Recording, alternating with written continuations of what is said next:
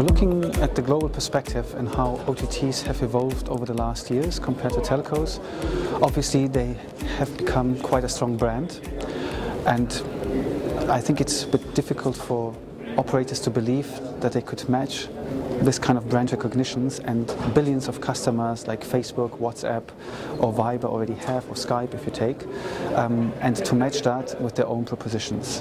I think today we had a very good quote from Daniel Ritz, Chief Strategy Officer of Etisalat Group, who also said that the telcos can't reinvent another Facebook on the consumer side. So the question more becomes, can telcos relate to business-related services and act here as an enabler, like cloud services, etc. That definitely we also see as a very important option. For the consumer side, the key questions that telcos have to ask themselves is how can they better monetize that external usage of OTTs on their networks. So far, these OTTs are only consuming data. They are filling the pipes, which means they are causing network congestion, but the telcos who are putting that infrastructure in place are not getting enough money out of it.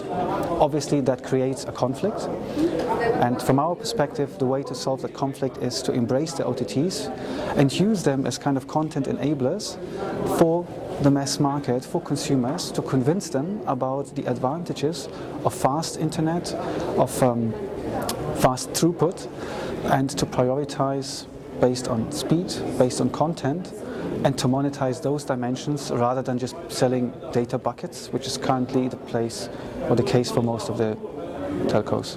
If you compare, particularly in the Middle East, the current tariff structures, we have looked just recently at over 19 MNOs in the region from 8 countries. Customers can choose from over 600 tariff plans, and funnily speaking, out of those 600, less than a dozen is monetizing on something different than just purely data buckets.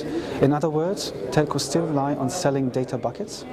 The larger the size, the more gigabytes you have, the higher the price. Now customers do not know what is 1 gig, what is 2 gig, why do they need 2 gigs, might 300 megabytes be enough or not? So that change being said, this is exactly what leads the telcos into this toxic revenue model trap, as we call it, because they don't necessarily monetize enough, and it leads to a direct price war amongst the operators in what we call mostly more than saturated markets, fueling price wars, lowering the price, and hence reducing the profit margins. What's the solution? We see other smarter price metrics that could be monetized. One of those that I just mentioned is speed. 4G technology coming or becoming available in many markets allows for much larger speed differentiation, and with the content from OTTs you can actually show customers what benefit you have if you are on a 50 megabit per second plan rather than just a 2 Mbit per second plan. So volume becoming less important, but monetizing on other things, speed as just one example. So telecoms in general really have to rethink their focus on which type of customers they would like to prioritize. More than 80% of revenues are coming from the customer base, and less than 20% from acquiring new customers, gross adds as we call them in the telecoms world. Now, surprisingly, with penetration rates over 150, 160%, still many operators seem to have a focus on gross adds, which inevitably drives another price war. What we recommend is to rethink how existing customers are treated and to use all the efforts, or most of the efforts, to upsell existing customers into higher tariffs, and tariffs that exactly monetize data better and that give customers the chance to experience new technologies through better tariffs and better possibilities to monetize them.